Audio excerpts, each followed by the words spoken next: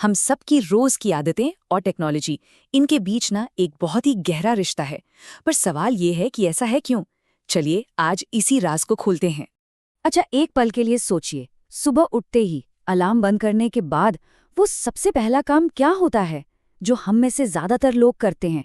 क्या वो व्हाट्सएप के मैसेजेस चेक करना है, या इंस्टाग्राम की फीड को स्क्रॉल करना, या फिर यूट्यूब पर कोई नया वीडियो देखना? ये कहानी कहीं ना कहीं हम सब की है। और कभी गौर किया है इस बात पर? कई बार तो हम सोचते तक नहीं हैं और हाथ अपने आप फोन की तरफ बढ़ जाता है ना? मतलब एक ऑटोमेटिक रिएक्शन जैसा लगता है। तो यहीं पर आकर सबसे बड़ा सवाल खड़ा होता है, क्या ये जो हमारी डिजिटल आदतें हैं, ये बस यूं ही बन गई, या फिर इसके पीछे कोई सोची समझी डिजाइन है? देखिए, इस पहेली का जवाब हमें मिलता है प्रोडक्ट डिजाइन एक्सपर्ट नेर इयाल की बहुत ही मशहूर किताब हुक्ड में। इसी किताब से हम ये समझेंगे कि आखिर ये सब होता कैसे है। और पता है, किताब का जो मेन आइडिया है वो बहुत सिंपल है कि सबसे कामयाब प्रोडक्ट्स विज्ञापनों या मार्केटिंग के दम पर नहीं चलते। नहीं, वो चलते हैं आदतों के दम पर। वो हमारी आदत बन जाते हैं। तो फिर चलिए अब सीधे उस मॉडल को समझते हैं जो इन आदतों को बनाता है। इस मॉडल का नाम है द हुक मॉडल। ये बेसिकली एक 4 स्टेप का प्रोसेस है जिसे कंपनियां इस्तेमाल करती हैं लोगों के बिहेवियर को बहुत ही सटल तरीके से, मतलब बड़ी चालाकी से बदलने के लिए, ताकि वो उनकी आदत बन जाए। तो ठीक है, अब एक एक करके इसके चारों हिस्सों को देखते हैं। तो ये 4 कदम हैं। पहला, ट्रिगर, यानी कोई इशारा। दूसरा, एक्शन, यानी जो काम हम करते हैं। तीसरा, वेरिएबल रिवॉर्ड, मतलब एक ऐसा इनाम जिसका पता नहीं होता। और चौथा, इन्वेस्टमेंट, यानी हमारा लगाया हुआ एफर्ट। और ये साइकिल बार बार चलता रहता है। तो सबसे पहले बात करते हैं पहले कदम की, ट्रिगर। अब देखिए, ये 2 तरह के होते हैं। एक होते हैं एक्सटर्नल, जैसे फोन पर आई कोई नोटिफिकेशन या मैसेज अलर्ट। ये तो हमें बाहर से मिलते हैं।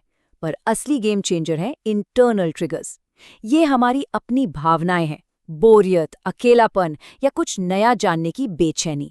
और जैसे ही हम ऐसा कुछ महसूस करते हैं, हाथ अपने आप फोन पर चला जाता है। ट्रिगर मिलने के बाद आता है स्टेप 2, एक्शन। ये वो सबसे आसान काम है जो किसी रिवॉर्ड की उम्मीद में किया जाता है, जैसे बस एक स्क्रॉल, एक क्लिक या एक स्वाइप। और इसका सीधा सा नियम है, एक्शन जितना आसान होगा, हमारे उसे करने के चांसेस उतने ही ज्यादा होंगे। और अब आता है इस मॉडल का, कह सकते हैं, सबसे पावरफुल हिस्सा, वेरिएबल रिवॉर्ड।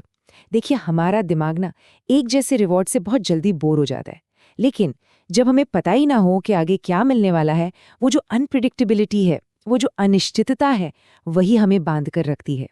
सोचिए जरा, अपनी पोस्ट पर कितने लाइक्स आएंगे, या अगली बार फीड रिफ्रेश करने पर कौन सा मजेदार वीडियो दिखेगा, या किसका मैसेज आया होगा, हमें पक्का कुछ नहीं पता होता। और बस यही क्या मिलेगा वाली फीलिंग हमें बार बार वापस खींच लाती है। और फिर आता है आखिरी कदम, जो इस पूरे साइकिल को लॉक कर देता है। वो है इन्वेस्टमेंट। ये वो स्टेज है जहां हम उस प्रोडक्ट में अपना कुछ लगाते हैं, चाहे वो समय हो, मेहनत हो या डेटा हो। जैसे कि अपनी एक प्रोफाइल बनाना, अपनी तस्वीरें अपलोड करना, अपने फॉलोअर्स बढ़ाना, या गानों की एक प्लेलिस्ट बनाना।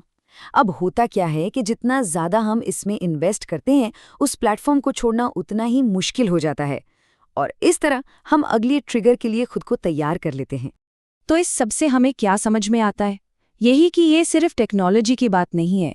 असल में ये पूरा का पूरा खेल इंसानी मनोविज्ञान को समझने का है। सफल प्रोडक्ट्स कभी भी बस यूं ही सफल नहीं हो जाते। उनके पीछे एक बहुत गहरी सोच होती है।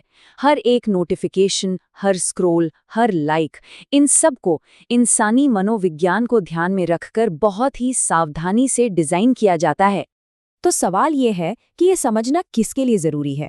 देखिए, ये एंटरप्रेन्योर्स के लिए भी है, मार्केटर्स के लिए भी, और सिर्फ उनके लिए ही नहीं, बल्कि हर उस इंसान के लिए जो ये जानना चाहता है कि आखिर हमारी अपनी आदतें बनती कैसे हैं। तो चलिए अब वापस घूमकर अपने उसी पहले सवाल पर आते हैं, लेकिन इस बार एक नई समझ के साथ। तो अगली बार जब भी हाथ बिना सोचे समझे फ़ोन की तरफ जाए ना, तो बस एक पल के लिए रुक कर खुद से पूछेगा, क्या ये सिर्फ मेरी आदत है, या फिर ये किसी की सोची समझी डिजाइन है?